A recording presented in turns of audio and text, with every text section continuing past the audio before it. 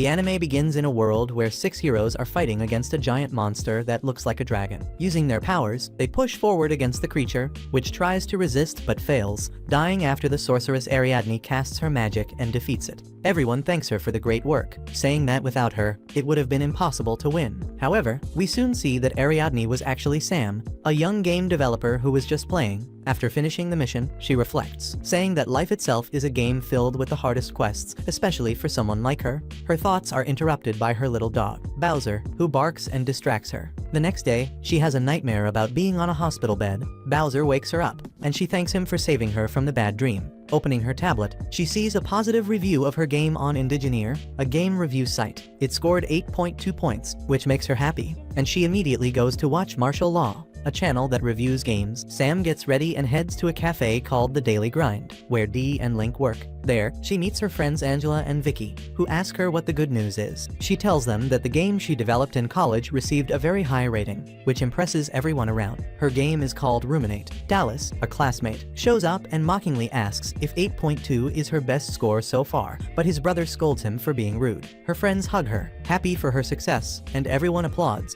Link, shyly, invites her to watch a movie with him on Friday night, using the excuse that he wants to celebrate Ruminate's higher score. But she politely declines, saying she has a cooperative mission in an online game. She leaves Bowser with Dee and then exits the cafe. Dallas teases Link for getting turned down again, but Link ignores him and warns him to hurry up or he'll be late for work again. When Sam arrives at her workplace, her boss, Mr. Jones, questions why she came in so early and seems to be in such a good mood, clearly uncomfortable. She says it's nothing special and asks to be excused. Before she can leave, he tells her he needs a favor. Since Lucy, the receptionist, will be coming in late, he needs Sam to serve coffee for the people in the project meeting. Though reluctant, she agrees. Through the glass, she sadly watches the meeting she isn't allowed to attend. Lucy arrives later to thank her for making the coffee and asks why Mr. Jones never includes her in the meetings. Sam says she's always busy doing data entry. Lucy finds that odd, pointing out that data entry is usually intern work. As they talk, Lucy says the company's CEO is calling for Sam in his office. When she enters the office, he asks her to sit. With an imposing tone, he asks if she's doing all right since she has asthma. She replies that she's fine and hasn't needed her inhaler for about a month. He suddenly slams his hands on the table, startling her. Then he changes his tone completely, starting to cry and saying, "If you're fine, why didn't you tell your dad?" The CEO of the company is actually her father. He says she should have sent him a text or voice message, anything to reassure him. She tells her father to stop crying. He clings to a framed photo of his wife on the wall, saying that if she were still around, their daughter wouldn't be so cold toward him. Sam tells him to stop being dramatic. Her mother isn't dead. She's just in Florida shooting a commercial. Even though she's only been gone 2 weeks, he says it feels like forever, and that they've never been apart for so long. Sam calls her mother to ask when she'll be back. Her father tries to talk to her, but she ignores him. Her mother says a hurricane delayed the shoot and she doesn't know when she'll return. He becomes furious. Later, while eating her lunch in the park, Sam opens her tablet again to check her game's score. It's gone up by 0.2 points. Happy, her mood instantly improves.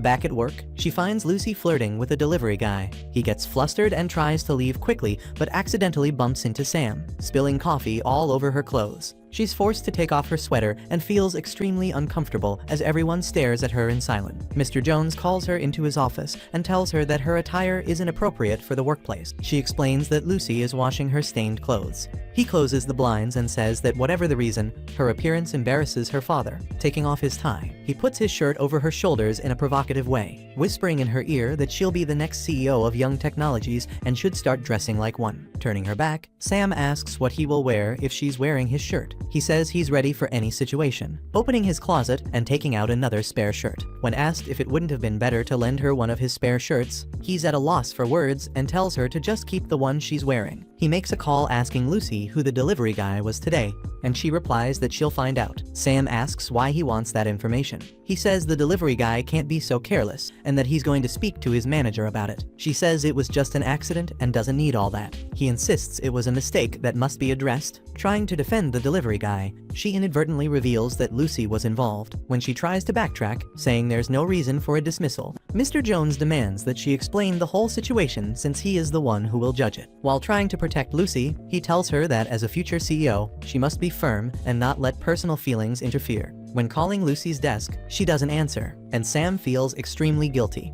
After trying again, Lucy answers. In an internal conflict, Sam feels pressured to do something. She takes a stand, telling him that Lucy is her friend. She picks up the phone and hangs up, asking Charles to calm down. He's surprised to be called Charles, and she explains that even though he has the power to fire anyone, Lucy didn't deserve it. She has a good heart and wasn't ignoring the work. She was washing the coffee-stained clothes. And if he insists on firing her, he'd have to fire Sam first for dressing inappropriately, without sparing her because she's the CEO's daughter. Proud of her stance, he leans back from the desk, brings his hands closer, and buttons his shirt, saying she is finally showing authority. It's the first time he hears her say something worthy of the company's symbol. Out of respect for her courage, he says he won't fire Lucy. Sam feels relieved for handling the situation successfully. As he leaves the office, Charles tells Samara to return to work. She's confused by the way he called her, and he explains that as long as she calls him Charles, he will call her Samara. When opening the door, they encounter her father, Frozen, who for a moment analyzes the situation. He notices that the shirt she's wearing belongs to Charles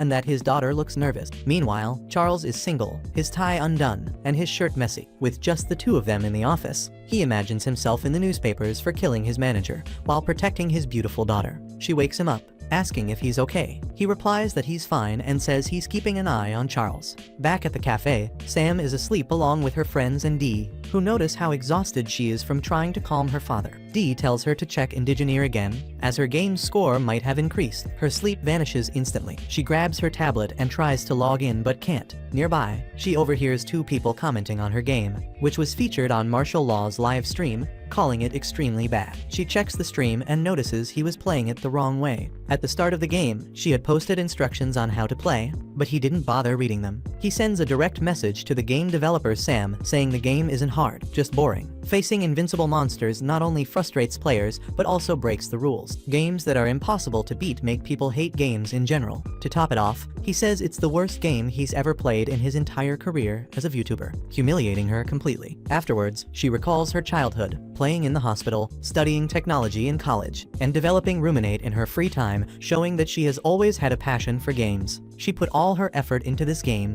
which became a treasure to her. Feeling sad, she says Martial Law's stream destroyed everything she had built and closed the path to her future as a game developer. Her little dog barks, insisting on going for a walk. As she steps out the door, she notices someone moving in. Turning around, she bumps into a young man carrying boxes, knocking off his glasses. He apologizes, saying he didn't see her, and asks if she's okay. She regains her sight and realizes that the one moving in next door is Martial Law, the same person who humiliated her on the live stream. She can't believe it and mentally says that life is a huge, difficult ranks game. You can't cast spells or choose your rank. Sam kneels, searching for her glasses, outraged by the situation. Out of 18 million people living in the city, he just so happens to become her neighbor, on the very day he humiliated her. As he approaches to help her find her glasses, Bowser growls at him. He finds it adorable that Bowser is defending his princess, and he hugs the dog, calling him a brave little knight. Bowser whines, uncomfortable, and immediately asks for Sam's lap, who says he hates being picked up by strangers. Marshall admits he couldn't control himself. When he tries to introduce himself, she says she already knows him in full detail. He jokingly asks if she's some kind of editor for his Wikipedia page. She tells him she makes games and is the creator of the game he humiliated in his last live stream, Ruminate. With an imposing posture, she tells him he didn't play the game correctly.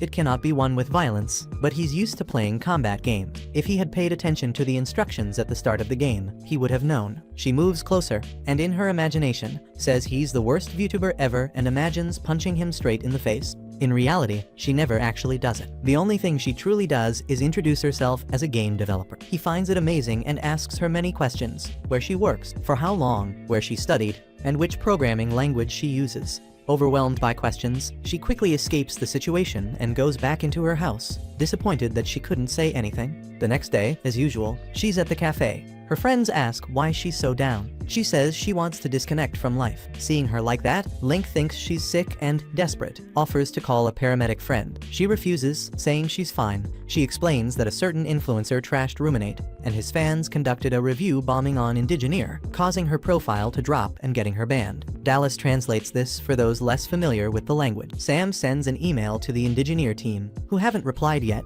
She then reveals that Martial Law became her neighbor. Everyone is shocked, and she admits she couldn't say anything to him. Her friends reassure her that everything will be okay. Angela says she would find Marshmallow and beat him up. Vicky corrects her, saying violence is wrong, and his name is martial law. Angela asks what they should do since he ruined Sam's life. Vicky points out that the negative reviews came from Marshall's fans, not him personally, so the blame lies with the fans. This makes Sam reflect that Marshall might be right, and her game could actually be bad. But Vicky insists the game isn't bad, just different from others, which makes it excellent. Dallas compares Sam's appearance to the game's quality, saying that even with her thick glasses, no makeup, and tired look, the game is cool. This makes her feel like she's being pierced by arrows. Angela says that coming from a foul-mouthed teenager, such words are like a compliment. Sam thanks him and everyone present, who claim to be her biggest fans. She feels saved. Arriving at work, Charles greets her. She apologizes for what happened the day before. He says it's nothing, and given how things unfolded, there was no way her father could have understood it differently. He mentions he's put her sweater in the wash. She thanks him and excuses herself. She heads straight to her coworker Yum's desk,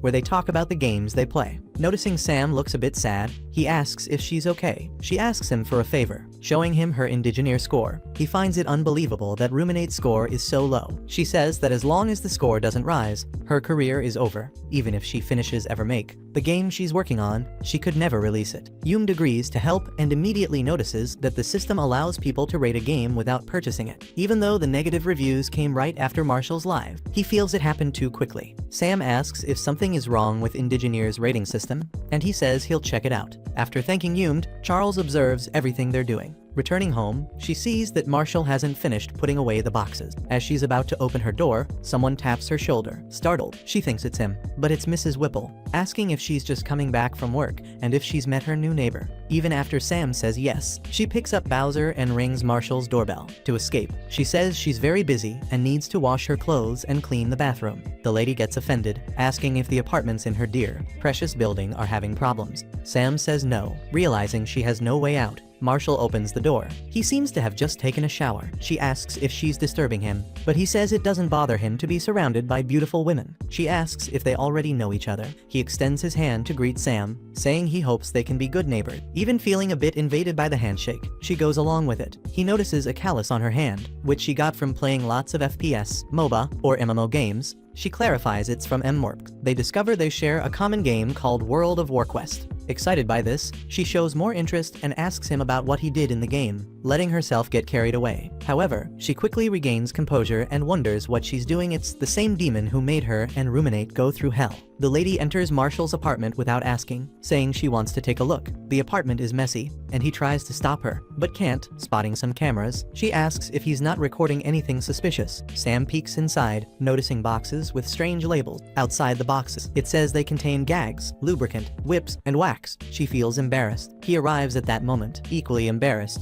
claiming a friend wrote it and that it's all a lie. As they leave, he asks Sam if she can recommend a Chinese restaurant nearby. He expects to be ignored, but she suggests one called Lotus Palace. Back home, Sam goes to her computer to check on her game Evermake, still in development. She admits she has no artistic drawing skills, and if she tried licensing existing art, it wouldn't feel original. She knows she needs a talented artist, but that's for later. Right now, she must focus on finishing the back-end development. Thinking of so many problems, she realizes that if she can't fix Indigeneer's rating system, she won't be able to release her new game, and there's nothing sadder than a game nobody plays. She considers quitting game development. While getting her coffee, she gets startled because Marshall Law speaks so loudly that he spills his full cup onto her keyboard. Furious, she runs to his apartment. At the door, she considers knocking but hesitates. She thinks about asking Mrs. Whipple to talk to him, but decides she can't rely on others for everything, and must make her own decisions. She writes a note warning him that he speaks too loudly, feeling pathetic for not saying it face to face. The next morning, she wakes up to Bowser making noise. She realizes he's chewing on a piece of paper that had been slipped under her door. Piecing it together, she sees it's a message from Marshall apologizing and saying that the soundproofing will arrive tomorrow. She's surprised, wondering how he knew it was her who sent the note. Leaving home, she walks with Bowser toward the cafe and spots Marshall doing his morning run. Impressed by his physique, she hides before he gets closer. However, he notices her and Bowser, failing to pass by unnoticed. Sam hopes he will keep running, but he approaches them. He greets her with "Good morning," his body shining so brightly she has to shield her eyes. The day is so beautiful he had to go for a run. He asks what Sam is doing there. She loses control of her words, oversharing. She says she's walking Bowser, then that she's grabbing her daily coffee before work, all very quickly. She wonders why she's talking so much and asks if he also drinks coffee. He says he does, joking that he can barely speak properly but thinks it's nice she walks her dog. He crouches to talk to Bowser, calling him the Black and White Knight. As always, Bowser isn't affectionate toward Marshall and growls, making Sam proud. He's trying to win Bowser over, but is interrupted by two fans shouting his name. The two girls approach, saying they adore him. Sam finds it cute, but the girls immediately ask if she's his girlfriend. Marshall says she's just an acquaintance. The girls are relieved and ask if they can hug him. He says he's sweaty, but they don't mind, even saying they've never wanted to hug someone so much in their lives. Sam notices that Marshall treats his fans openly and confidently, while she feels withdrawn. Feeling defeated, she continues on her way. Once again, she arrives at the cafe upset. Angela, always fiery, raises her fists, asking if he did something again. But Sam says it's her own fault, admitting she hasn't had the courage to tell Marshall the truth, even though she's had multiple chances. Sam calls herself too cowardly. Angela suggests she speak for her, but Sam stops her, saying she'll handle it herself. Standing in front of his door, she prepares to ring the bell. She tells herself she won't dwell on it forever. She has to tell Marshall that she created Ruminate and he played it the wrong way. Determined to face him, she presses the doorbell. The apartment light turns on, and a pink-haired woman opens the door, asking how she can help. Sam, frozen, wonders who she is.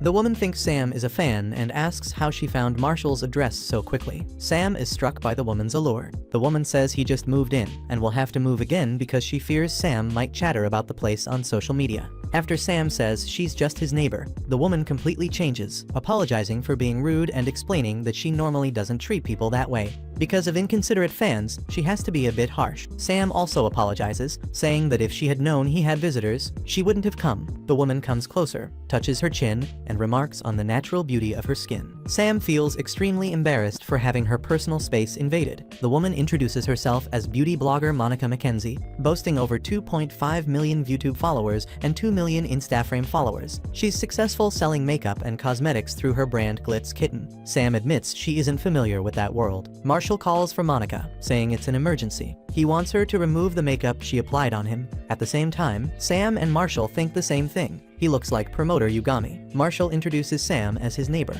When introducing Monica, he says she's just a friend, which irritates her. He asks what Sam wanted to say to him. Shy, she faces another internal struggle and freezes. Impatient, Monica tells her to just say it. Seeing that she froze, Marshall helps her, explaining that it was because he was speaking too loudly again. He apologizes, admits he's a terrible neighbor, thanks her for letting him know, and closes the door. Monica asks Marshall who that girl is. He says Sam clearly tends toward anxiety and he should be kinder if he meets her again. Monica is annoyed that he introduced her as just a friend. He explains he doesn't want the world or his fans to know they are dating because jealous fans would lose control. She finally understands. At work, Sam is called by her guild for dinner. Anxious, she wonders if she has time to change before going. Passing the mailroom, she checks if anything has arrived for her, but finds nothing useful. She hears a voice asking for permission. Stepping back, she accidentally steps on Marshall's foot, who is behind her. Startled, she notices he looks pale and his voice is different. She asks if he's okay. He says he's fine, having just finished a 12-hour charity live stream. She asks how many days he hasn't slept, but he changes the subject. He apologizes again,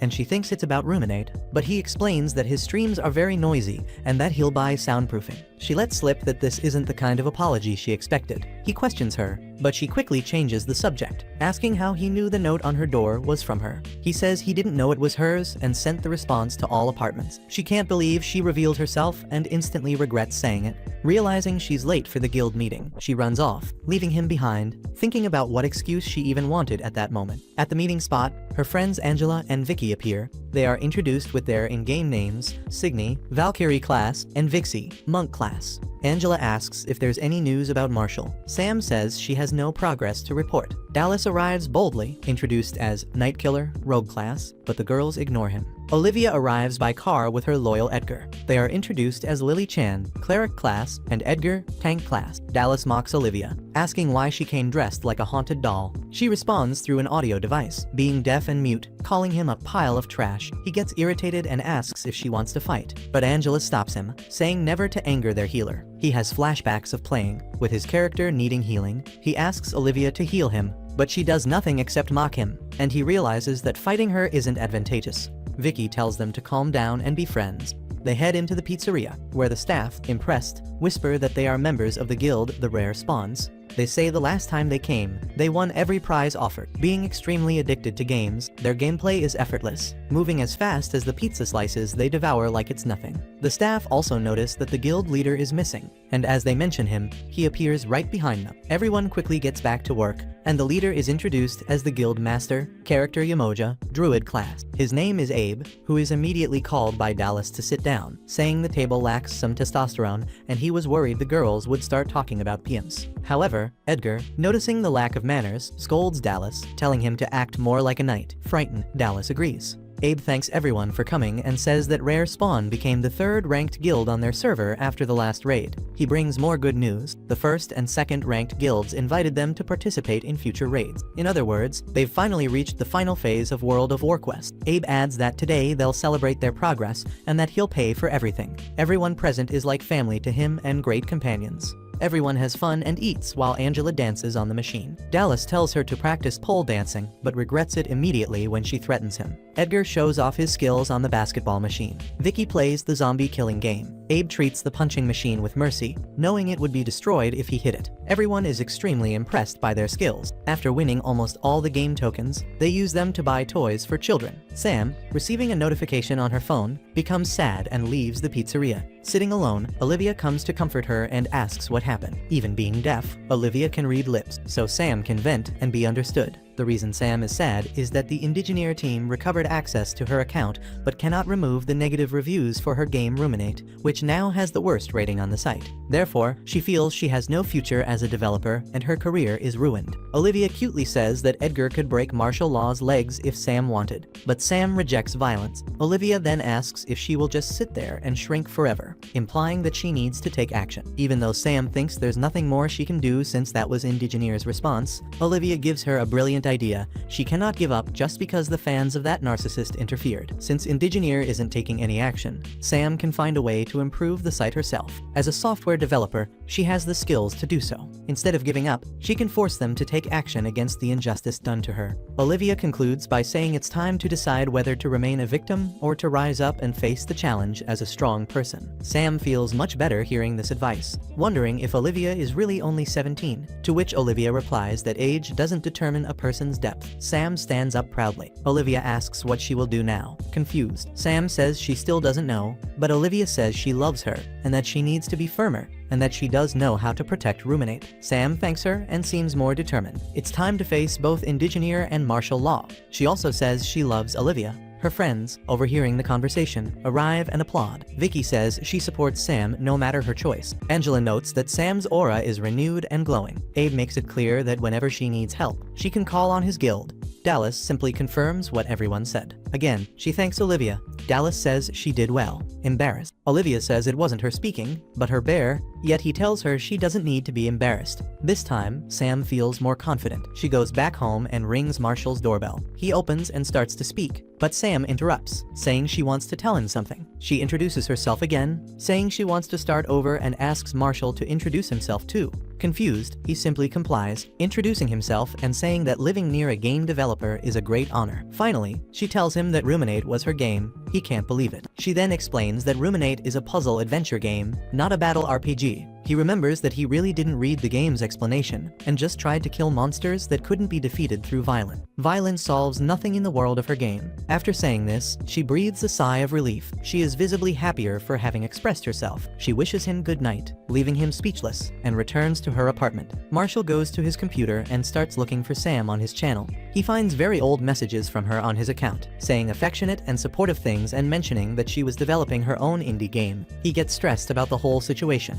Monica arrives, showing him the new thumbnail for her makeup course in collaboration with Marshall. Ironically, he bets that his mother will like it. Confused, she asks what's going on. He explains that it was Sam who developed the game he humiliated on his live stream, leaving countless negative reviews. She asks what the problem is. Marshall says her career as a developer could have ended because of him. Furthermore, he says Sam was one of his oldest fans, which makes him even more upset. Monica asks what he plans to do about it. He says he will first make a video, explaining that his fans acted wrong wrongly and that they should remove the reviews of Ruminate on Indigeneer. She warns Marshall to be careful, saying that what they fear most are haters who might misinterpret things and attack his position. She emphasizes that for people online, nothing is worse than being told they're wrong. Some fans might even apologize and remove the reviews, but the vast majority will revolt. Marshall begins thinking about the number of malicious comments he might receive, making him nervous, and things might even get worse for Sam. In this case, Monica advises him not to do anything. He says he can't be as realistic as Monica, and even though he didn't tell his fans to do it, he puts Sam in a difficult position. Marshall insists on doing something for her. Monica doesn't seem to care about the situation. She only cares about their success. She says that if he worries about everything, he will never reach the top. But if this bothers him so much, there are some things he can do. Meanwhile, Sam is taking a shower and remembers following Marshall from the very beginning of his channel. Lying down, she hears a noise and thinks it's Bowser, but it's Marshall knocking on her door. He apologizes and says he's very sorry while Bowser keeps barking at him. Sam tells her puppy to calm down and that it's okay. He explains that he had no idea what his fans did to her profile on Indigeneer, but even so, it doesn't justify it. Additionally, he says that after downloading a game, he never checks the developer's profile, so he didn't know she developed Ruminate. He says he sent an email to Indigeneer explaining the situation, asking them to restore Ruminate's rating, since he contributes to the site. Maybe they'll listen. He hands her a check with everything he earned from the video humiliating Ruminate. She is impressed by the amount from just one video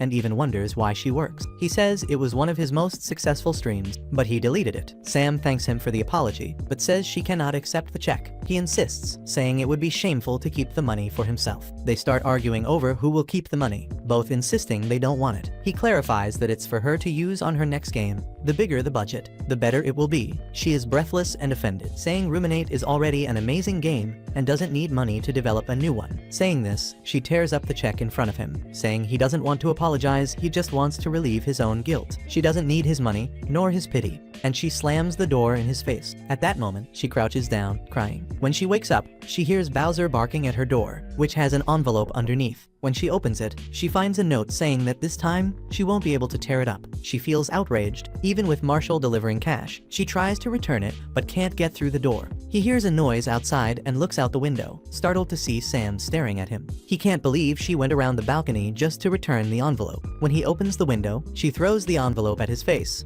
but apologizes when she realizes she hit him directly. She tells him never to try giving her money again and warns him to be careful if he jumps to another balcony. Meanwhile, Link has flashbacks to when he was a child and his father passed away. Sam had supported him during the hardest moment of his life and was responsible for keeping him grounded. She listened to his outpourings, hearing him say that his father was dying and there was nothing he could do. She always helped him stay away from darkness by being there. Link says he hopes one day to be the light that keeps her from the darkness as she was for him. At the cafe, Dee calls Sam over to talk. Since they were college roommates, they spent a lot of time together. Dee asks her why she has never dated, not just in college, but even now. She gets straight to the point, asking if Sam is asexual. Embarrassed, Sam replies that she feels attraction to men. She remembers her father telling her he wanted to see her married and happy in the future, but at the same time, she hates any man who approaches her. Her father is overprotective, and Sam believes it's because of her fragile health. But that doesn't justify her awkwardness with men, that's her own fault. Each year, she says, she loses more confidence because she's ashamed of never having gone on a date.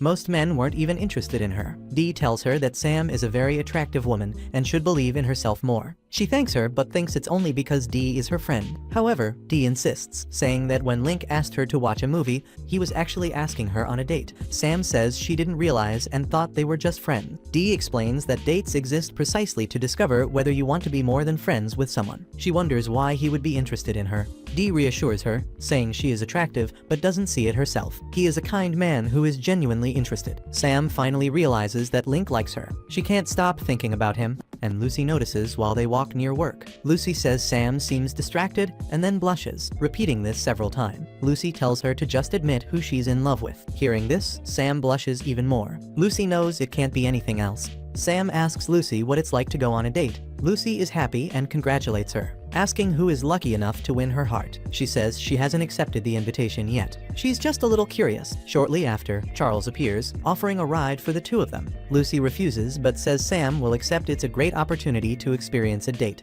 On the way, Sam asks Charles why he offered the ride. He says it was coincidental. He saw them when he went out, noticing a backpack in the back seat. She asks if it's for the gym. He says it's for fencing. Sam is impressed, saying she had no idea he practiced that sport. Actually, he teaches at a club in the city. She says it's amazing, like a story of swords and magic in real life, or a master swordsman. Noticing her interest, he invites her to watch sometime. He explains some details about fencing, how the sport works. Because it involves fast movements followed by rest periods, it might be the only sport that won't trigger her asthma. She asks how he knows about her asthma. He says that when she started working at the company, the office moved from the 4th floor to the 1st, and Sam's father, the CEO, invested heavily in the air conditioning system. Additionally, adrenaline injectors were included in the first aid kit, and Lucy never forgets to check their expiration dates. Impressed, Sam says he seems like Sherlock Holmes. To top it off, he says the CEO asked if he knew how to perform CPR, so he had no doubts. She tells him her father is very protective, but he must have noticed that already. Charles asks if it has ever bothered her.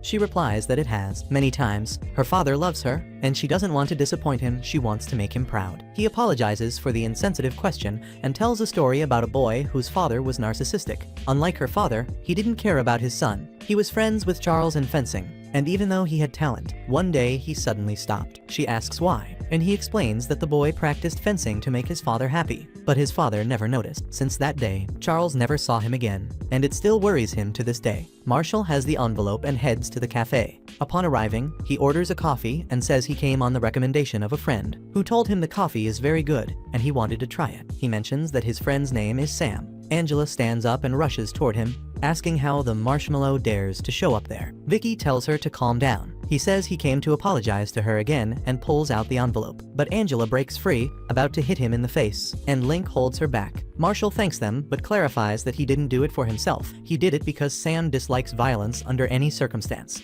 When he arrives at the cafe, Charles is surprised to see Marshall and calls him Ben Lawson, revealing his real name and noting that he was the boy neglected by his father. Angela freaks out, a mix of anger and fear. Link lets her go. Marshall asks Charles what he's doing with Sam. She clarifies that he is her boss and gave her a ride. In thanks, she brought him for coffee. Then she introduces Marshall, saying he is a very famous VTuber. Charles says he hasn't seen him in years and makes it clear he's glad he's doing well, trying to get out of the situation. Marshall says he's happy Sam has so many great friends and heads toward the exit. Charles comments that he hasn't changed at all, always running from what's important. On the way, Marshall has flashbacks of his father, who tells him he is the heir of the Lawson family and that his goal must always be to reach the top. His father humiliates him for coming in second place in the fencing championship. Even though Marshall loves the arts, that won't help in protecting the family. While talking at the cafe, Charles tells Sam that Marshall's father is a very tough man and that he supposedly disowned him. She notices his name contains Law, which she had assumed meant law in English, but she realizes it comes from Lawson, his surname. Understanding this, she believes that deep down, he still wants to be connected to his family. When Marshall gets home, he looks sad. He hugs Monica, who is already leaving. Meanwhile, we see Link taking a shower, reflecting on what happened today. When he goes to his room, Dallas appears, asking what happened with his arm and whether Sam bit him after he insisted so much on going out with her. Link claims he just got hurt at work. Dallas tells him to take action before someone else steals her, but he replies that a 17-year-old kid knows nothing about girls. Meanwhile, Sam thinks about how strong Marshall is. Even being rejected by his father, he stands tall. Comparing herself, she says she couldn't do the same because she's too cowardly. The next day at work, she asks Charles if he wants to have lunch with her. They go to a very fancy, expensive restaurant, which makes her uncomfortable because she can't afford it. She is visibly nervous. He asks if there's anything he can do to make her feel more comfortable. She says yes, asking why he has always treated her so harshly since she joined the company. He explains that he knew Sam would one day be his boss, but he saw weakness in her. He says his father was an incredibly talented businessman, but she lacked his professional presence and sincerity. That annoyed him greatly. At that time, she didn't seem like someone Charles could trust with her career, so he treated her strictly to make her stronger and waited to see how she would react. She thinks to herself that he doesn't hold back his words. He continues, saying that as a future CEO, she must learn to defend herself and countless employees. However, that day, she finally defended Lucy, which made him proud and happy. Then she pieces it together and realizes he brought her to the restaurant to see if she would stand up for herself, knowing she wouldn't have the money to pay. He says it's no problem, it will be on him. Then she reveals that she doesn't want to be the CEO of the company. Charles is shocked. After that, at the cafe, she reflects that she shouldn't have been so direct. Link arrives and asks if she wants to go on a hike with him. She realizes it's a date, and even though she's afraid of hiking, she suggests a trail in the dog park. Link agrees enthusiastically. When she gets home, Mrs. Whipple finds Sam and tells her she no longer needs to pay the rent. Confused, Sam asks if it was her father who paid, but the lady responds that it was the young, handsome neighbor the VTuber.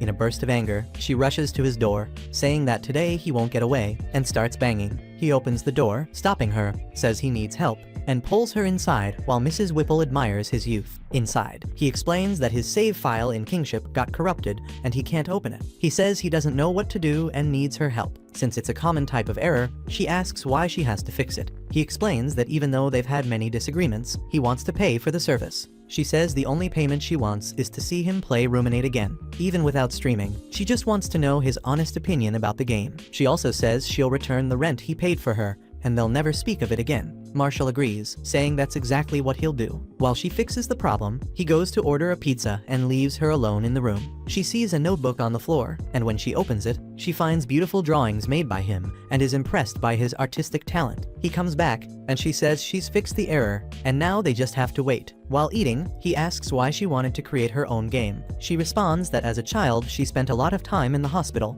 and games were what saved her. Since then, she has wanted to create games that can help others and make them smile, even if just for a moment. He gets emotional. When she says she feels like she might be wasting her time, he flicks her forehead, telling her to stop talking nonsense. Even after how he treated Ruminate, he says he wants her to keep believing in what she does and not give up. The next day, she says she hasn't slept at all and has the dog park date soon. She thinks about Link, noting that his large hands must give a sense of security, that he seems strong and protective. And maybe being more than friends isn't a bad thing. She imagines what else couples do. She gets ready, puts on makeup, and finally is prepared. He says he'll arrive in 30 minutes. When he knocks on the door, Bowser greets him and seems to like Link, unlike with other people. Sam hides behind the door, unsure if her outfit is appropriate. He tells her she looks great, and then they head to the park. There, he gives Bowser a gift, a disc, a frisbee. Link throws the disc far, and Bowser runs after it. But a much larger dog, with an imposing stance, catches the disc and starts chasing Bowser. She thanks him for the gift. While they talk, Bowser jumps into Sam's lap, and Link keeps the other dog away by asserting dominance.